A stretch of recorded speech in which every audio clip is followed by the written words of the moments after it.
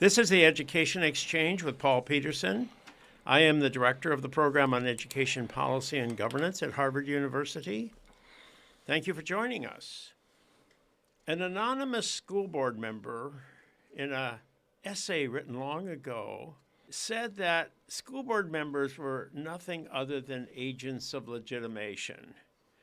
They picked the superintendent who ran the schools, and the board waved their hands and approved everything they were told to sign, and that was it. It made the system look democratic, but really, this place was run by the professionals. So he said. Well, now, that essay admittedly was written years ago, but has anything really changed? Boards are lay people who have other jobs and responsibilities. They don't have the time or the inclination to dig into the details and the complexities of a multi-million-dollar business. Do school board members actually make any difference? Well, a group of scholars in a recently released paper say, yes, absolutely, at least in California. In their study of school board members in that state, they found out that the opinions or ideologies that the members brought to the table made a lot of difference. The paper is entitled Identity and Ideology in the School Boardroom. It's available at the NBER, National Bureau of Economic Research. There's 4 of these authors. I'm not going to introduce them, but their names are listed on the website. And I have one of them, John Singleton, an economics professor at Rochester University, joining me today to discuss this paper. So, John, thank you for joining me on the Education Exchange. Of course, delighted to be here, Paul. Well, John, you and your colleagues have broken new ground in education research by using AI and text analysis to bring us closer to what happens in school board meetings and whether or not it makes any difference. We're going to dig into this complex methodology very soon, but can you first tell us your bottom line? You know, what do you find? Yeah, I would highlight 2 things. I think the first is largely what you summarized already, which is that school board members can matter, or I should say they are successful in an instrumental way. And what I mean by that is they accomplish the things that they said they wanted to accomplish when they ran for election, which was a surprising finding to us in many ways. I think the complementary finding that comes out of that is measuring school board members' priorities, or what we call ideology in the paper, turns out to be really key from an empirical point of view in terms of making that kind of assessment. So, well, that's a very interesting thing, because if you can prove that board members make a difference, you will certainly upset a lot of thinking by scholars that has been around for a very long period of time. So tell me, though, what's your method? How do you actually find out what these guys think? You know, my experience with board members when they're running for election is that they say, well, I'm for the kids, and I think the parents should be involved, and we need to support our schools. And that's about all they say. So how do you dig an ideology out of these vague if they say anything at all? Because lots of board members just don't say anything. They say, I'm the incumbent. Re-elect me. So, you know, how do you get through this opacity that's out there? Absolutely. And I think when we started this research, I had a lot of the same concerns and skepticism that you're bringing to the table as well. So in many ways, this project was full of surprises. So the first piece is measuring ideology or priorities, and the resource we were able to use was a website which is now defunct called Voters Edge. It was a partnership with the League of Women Voters, who created a website where voters in particular were able to log in and look up by school district in California the candidates who are running for school board.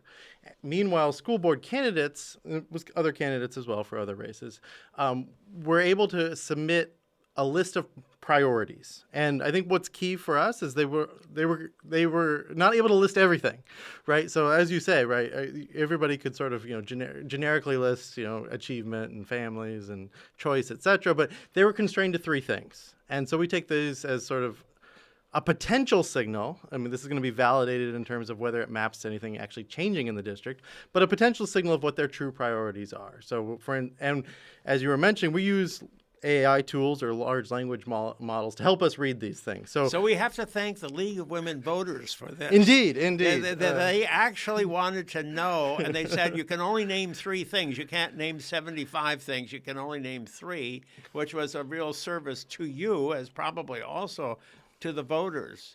I got to ask you one question, though. Why did this site go defunct? Was this telling people too much and we should get rid of it? I don't know the story. I'm very curious as well. I would imagine somebody's funding run out somewhere, and it was too expensive to maintain the website. It seemed like a fantastic resource. Maybe this will give some impetus to bring it back. So anyhow, that's the very valuable database that you grabbed onto before it was killed. Absolutely, yeah. This was an entrepreneurial effort by one of my co-authors, and so with that website, what we were able to do is scrape these profiles and these priorities from about 10,000 individual unique school board members, and that was the sort of starting sample construction. And so what we were, that's a lot of records, and these statements. Over what time period?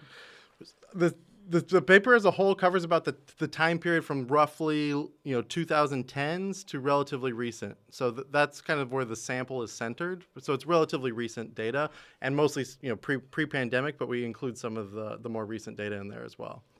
Okay. But turning those priorities into data is a challenge, right?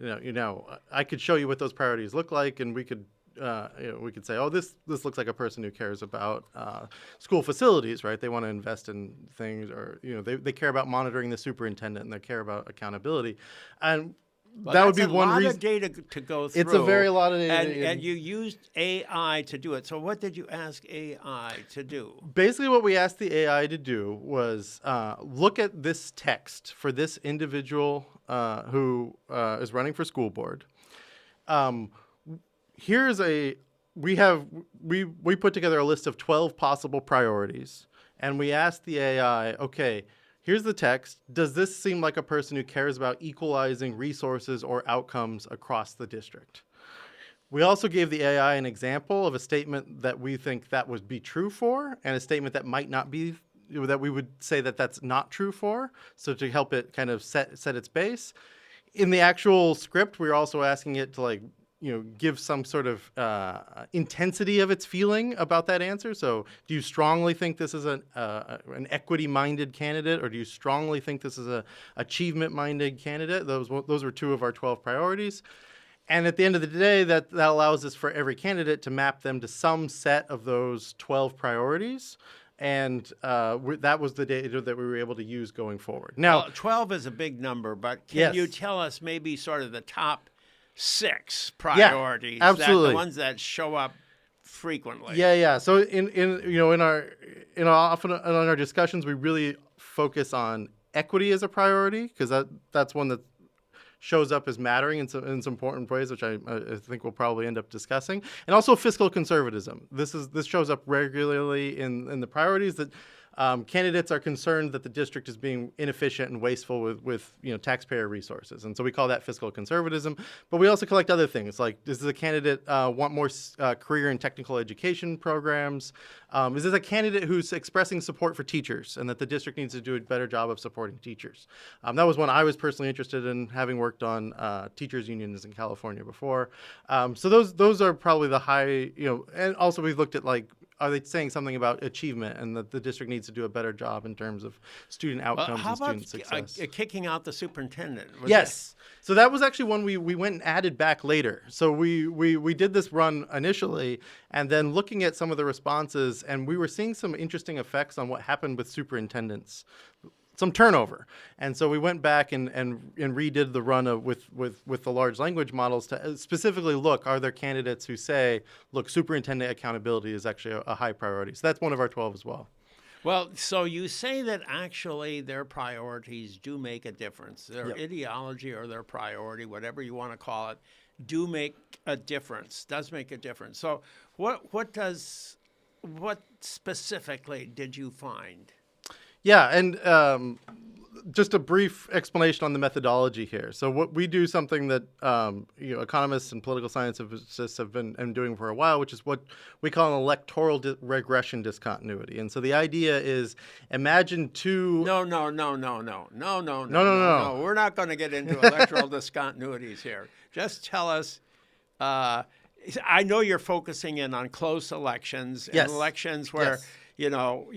Either one of them could have won the election, and you just are going to focus in on them because that's it could have gone the other way. And so you're saying that's a good, if you isolate those, you can really get better quality information on. This is really, that's a great really summary. The cause. Yeah. Yeah. So, I got that, and I think our listeners got that. But what did you...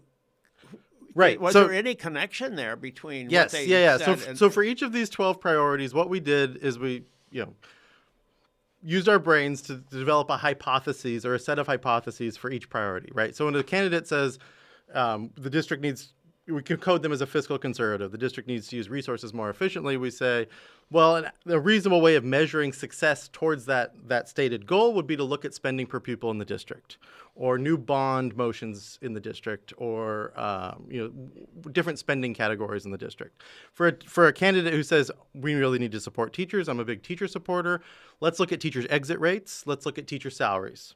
For a candidate who says I really care about equity and equalizing resources and outcomes, let's look at the test scores of low-income students in the district. Let's look at the test scores of Hispanic students in the district. So for each one of those priorities, we came up with a list of outcomes that we could measure in existing data sets that were going to allow us to, assess this kind of instrumental success that I was saying before, right? Is the candidate having success at the thing that they said that they actually cared about? So, and across all the things I just listed, we're seeing exactly the things you would expect. So we see a candidate who is elected with a teacher priority saying, I care deeply about the teachers and the working conditions in this district.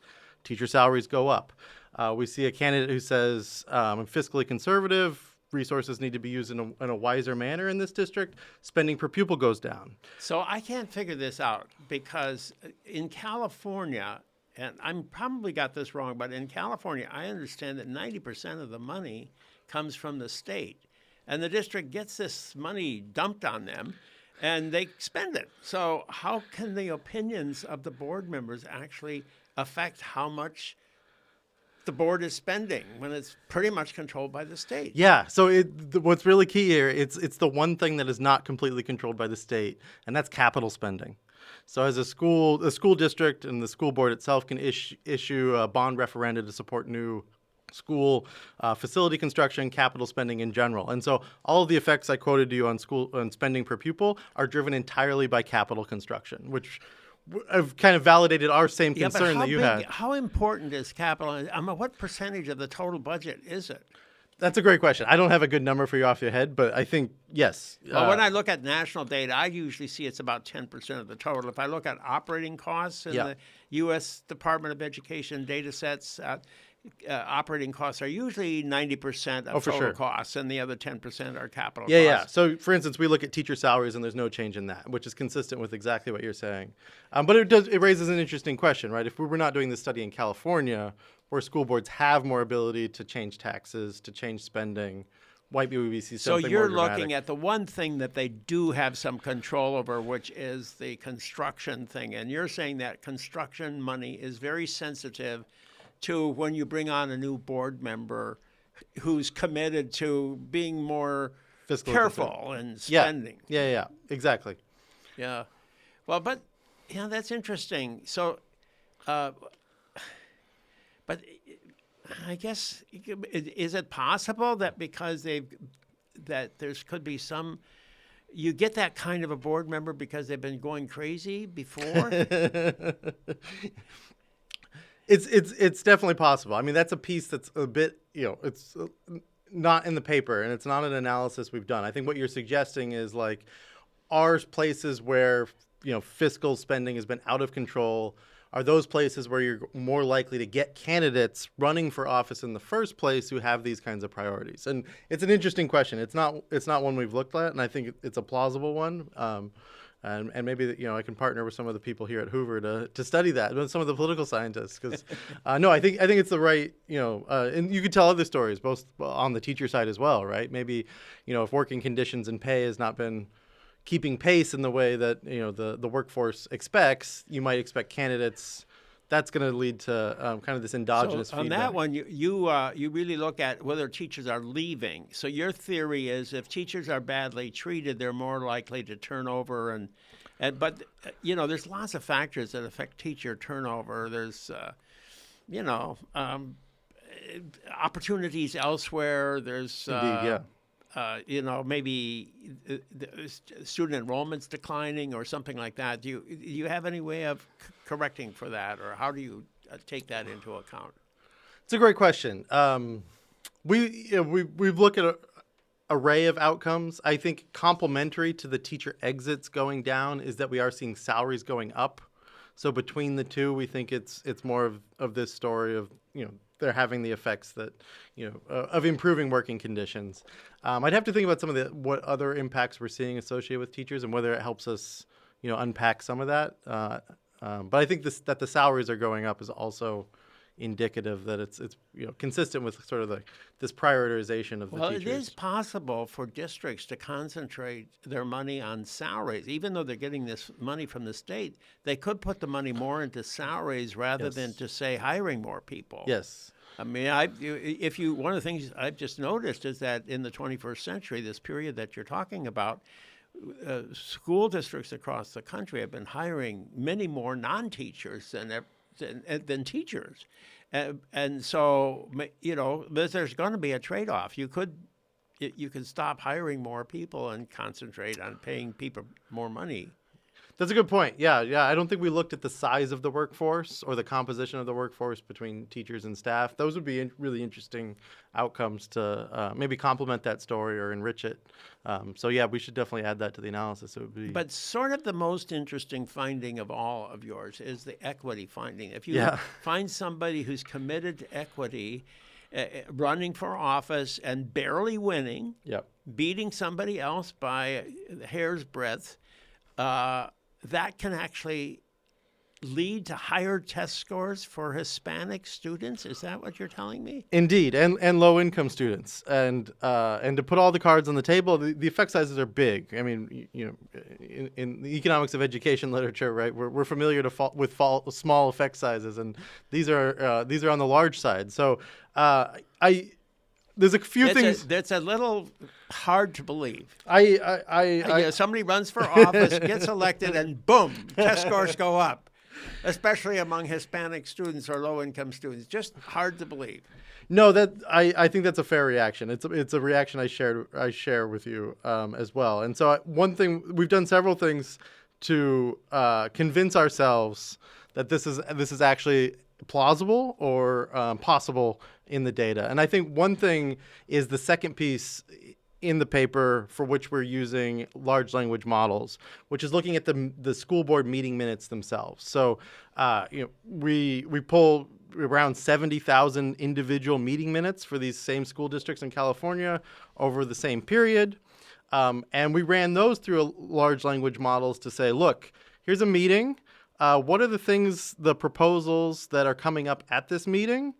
Who's making the proposal? And what are the votes? And we also said, here's the priorities we coded earlier. If you had to assign priorities to this motion that's before the school board, what priorities would you assign to it? So, some interesting things pop out there that I think suggest that these equity-minded candidates are doing an effective job at coalition building on the school board.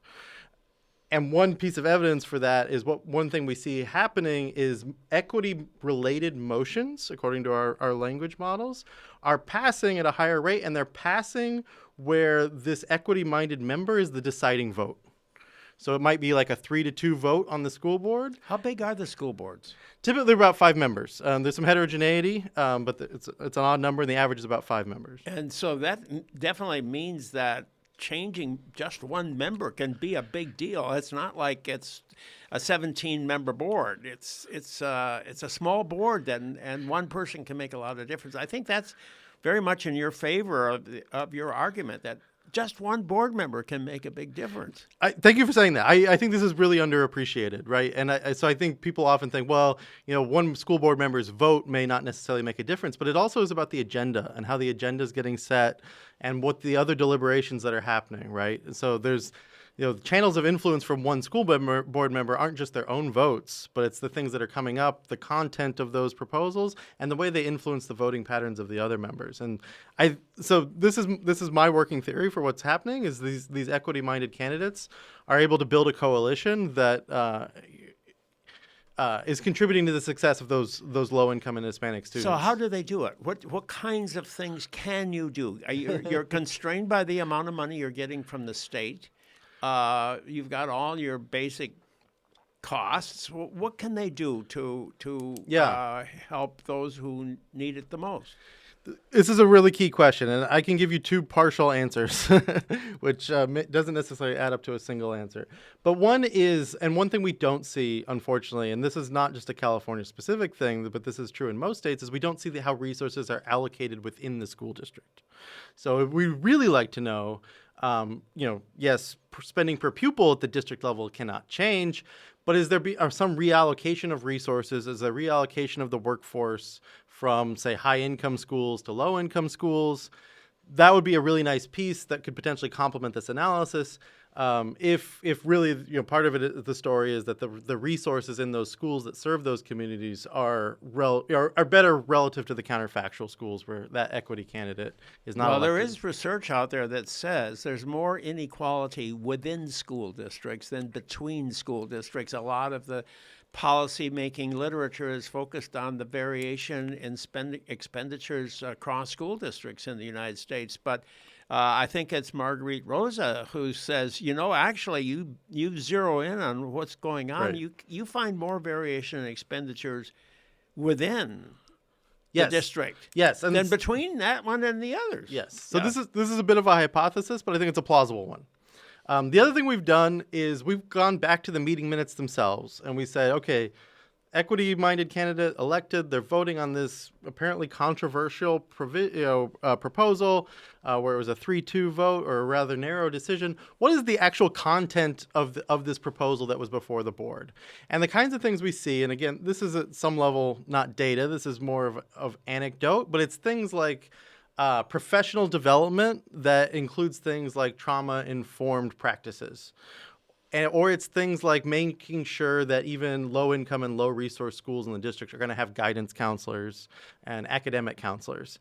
And so I think this contributes to a potential mechanism whereby it could be some of it resources, but it's also just contributing to a positive culture within those schools, from staff on down, that is contributing to these positive impacts. It could affect the culture, the ethos. It definitely could. Now, let me ask you, though, is it that you said this is a big change, and I looked at the number, and I may have it wrong, but I think it was, 4% of a standard deviation, 0.04 standard deviations for the technical people in the audience. So, and 4% is a big thing, but is that every year? Does it go up 0.04 every year? No. So that estimate sort of corresponds to an average across that school board member's terms. So that's sort of like a one. A one-time. So it's a one-time jump. Now, a one-time jump over 4 or 5 years. How big is that? It's less than 0.01. That's an interesting point. Yeah, I'm going to use this for any referee responses I need to write.